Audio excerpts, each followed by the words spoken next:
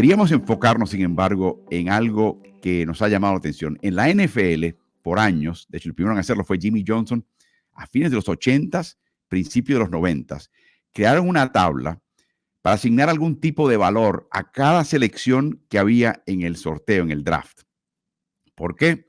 Porque si querían hacer traspasos entre jugadores, tenían que saber cuánto valía la quinta selección global comparada con la séptima selección de la segunda vuelta y cuántas selecciones bajas tenías que sumar en puntaje para igualar el valor de una que estaba un poquito más arriba, o viceversa. Si estabas buscando descender en el orden, ¿qué podías tú esperar a cambio de una selección más alta que tenías tú de múltiples selecciones más abajo en el orden de selección, y cuánto valdrían? Bueno, había que sacar algún tipo de equivalencia y se pusieron muchas distintas personas a sacar su versión.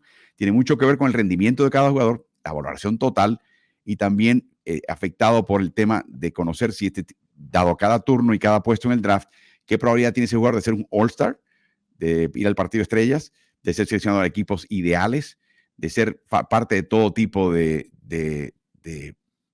premios, reconocimiento que lo destaca. Así que hay distintas curvas. La mayoría coincide más o menos en la que le vamos a mostrar, que es algo bien interesante. Y esencialmente dice que la primerísima selección global define el 100, define el tope. Para bien o para mal. Eso no quiere decir que de vez en cuando un equipo, como ha pasado en el pasado, Carlos, seleccione un DeAndre Ayton en el 2018 o a un Anthony Bennett en el 2013 y sea un absoluto fracaso. Y no estoy hablando de lesiones tampoco. O sea, este es otro tema, pero generalmente asigna eso. Y vas bajando hasta ver la última selección, que es la número 60 en el draft, en el caso de la NBA, 30 equipos, 2 vueltas. Y lo interesante aquí es ver cómo la mayoría de las curvas tienen el mismo efecto, Carlos. Cuando llegas al 50%, estás hablando de la séptima u octava selección global en total. O sea que la sensación es que el octavo fichado global en el draft es la mitad de jugador en cuanto a valoración y capacidad que va a tener el primerísimo seleccionado. Para que tengan una idea de la diferencia en calidad. En la NFL esta curva es mucho más chata. No hay una caída tan pronunciada al principio. Esto a mí me sorprende siempre, Carlos, que la NBA es un deporte donde si consigues el referente, hace toda la diferencia en el mundo. Sí, o sea, una o dos jugadores estelares pueden hacer la diferencia en un equipo ante talento igual. Dos equipos que tienen más o menos el mismo tipo de talento. De momento tú tienes uno o dos jugadores sobresalientes y eso hace que el equipo que tiene esos dos jugadores apabulle al que tenía en el resto de la plantilla un talento parecido, ¿no? Es algo muy particular al deporte del básquetbol, que uno, dos o tres jugadores pueden hacer una diferencia grandísima, que no lo hay quizás en el mismo fútbol americano, no lo hay en el béisbol, porque las labores se dividen de forma más equitativa, por llamarle de alguna forma, en otros deportes. En el básquetbol, en la estrella, el juego gira demasiado alrededor de la estrella. Siendo solamente 5 jugadores en un momento en una cancha, comparado con 9 en el béisbol, por ejemplo, o tienes los 11 en el fútbol americano en el campo de juego. Quiero regresar a la gráfica un segundo para observar otro detalle interesante de esta gráfica, que de nuevo cada equipo tiene la suya. Observen la selección número 30, mitad de la tabla.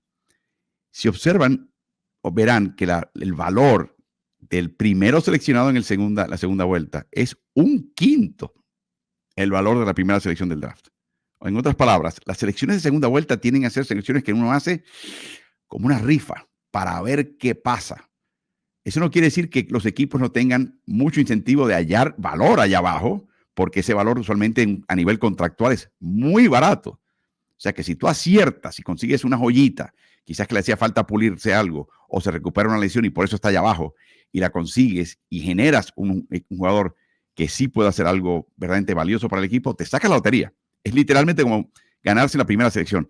Y decidimos, Carlos, preguntarte cuál sería tu selección de mejores jugadores seleccionados en la segunda vuelta en la historia. Y este es tu cuadro de honor, Carlos.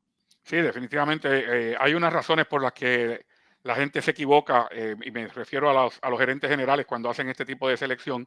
Se equivocan y no toman en cuenta a algunos jugadores para seleccionar los más altos. Me explico.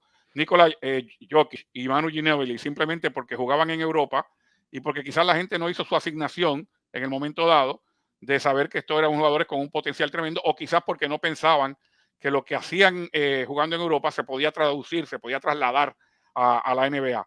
En el caso de Dennis Rodman, por ejemplo, y de Willis Reed, jugadores que jugaron en colegios pequeños, en la división, en lo que hubiese sido hoy día la división 2 del basquetbol de la NCAA, no tenían mucha cobertura, y aun cuando eran jugadores desequilibrantes en ese nivel, pues eran jugadores que no eran vistos como que podían tener la misma influencia sobre el juego que jugadores que vinieran de la División 1.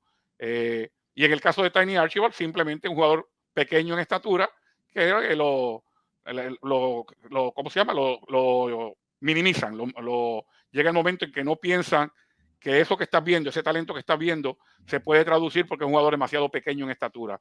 Y luego entonces se añadió a la gráfica a un jugador que no fue un jugador estelar en la NBA, para Phil Jackson. Sí contribuyó de alguna manera en aquellos equipos de los 70 de los Knicks, pero realmente su aportación grande fue su aportación como entrenador, como técnico, ganando todos esos campeonatos con Chicago y Los Ángeles.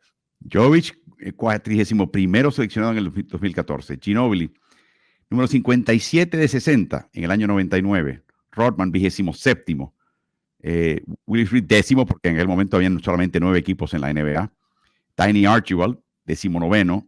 Jackson fue 17º en el 67. Puedes incluir ahí también, Carlos, a Bill Sharman, que fue fichado como jugador en la segunda vuelta y ganó como jugador y ganó como técnico. Correcto, sí, sería una combinación quizás para competir con la de Phil Jackson, ¿no? Phil Jackson ganó, fíjate, un año como jugador, pero no estuvo activo.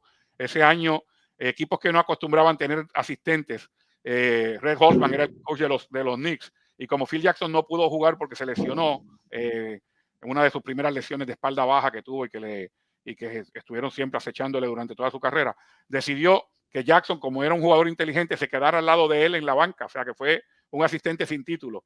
Y luego, pues ganó todos esos campeonatos como entrenador, ¿no? En el caso de Sharman, ganó campeonatos con Boston, muchísimos, porque era jugador de los Celtics en la época de Bill Russell, y luego ganó un campeonato con los Lakers, que fue un campeonato histórico, porque estableció la marca de victorias consecutivas de una franquicia con ese equipo de los Lakers, de nuestro amigo Gail Goodrich, Jerry West, Happy Hairston, y Will Chamberlain y James McMillan. Ese era el cuadro titular de ese equipo Lakers.